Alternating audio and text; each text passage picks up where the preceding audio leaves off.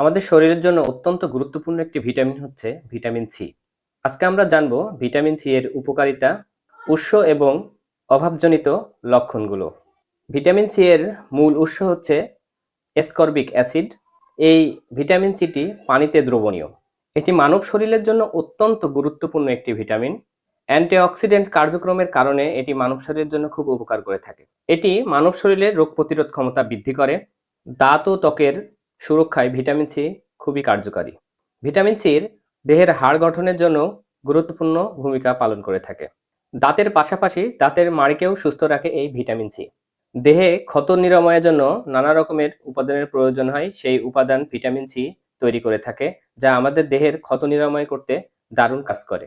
তাছাড়া এই vitamin C হাড়ের স্বাস্থ্য উন্নত করে এবং উচ্চ রক্তচাপ নিয়ন্ত্রণে দারুণ কাজ করে। এবারে চলুন আমরা জানি যে এই ভিটামিন সি কোথা থেকে পাওয়া যাবে। সাইট্রাস জাতীয় ফল, লেবু, কমলা, জাম্বুরা, এতে ভিটামিন সি পাওয়া যায়। টক জাতীয় ফল যেমন তেঁতুল, কামরাঙ্গা, আমলকি, জলপাই, করমচা, এতেও ভিটামিন সি পাওয়া যায়। অন্যান্য ফল যেমন পেয়ারা, মরিচ, পাকা পেঁপে, বেদানা, জামরুল, এগুলোতেও ভিটামিন সি পাওয়া যায়। তাছাড়া বিভিন্ন প্রকার শাকসবজিতেও প্রচুর পরিমাণ ভিটামিন সি আমরা পেয়ে থাকি। এখন চলুন জানা যাক কি পরিমাণ আমাদের দেহে ভিটামিন সির প্রয়োজন। শিশুদের ক্ষেত্রে 30 থেকে 35 মিলিগ্রাম ভিটামিন সি প্রয়োজন। প্রাপ্তবয়স্কদের ক্ষেত্রে 45 মিলিগ্রাম ভিটামিন সি প্রয়োজন।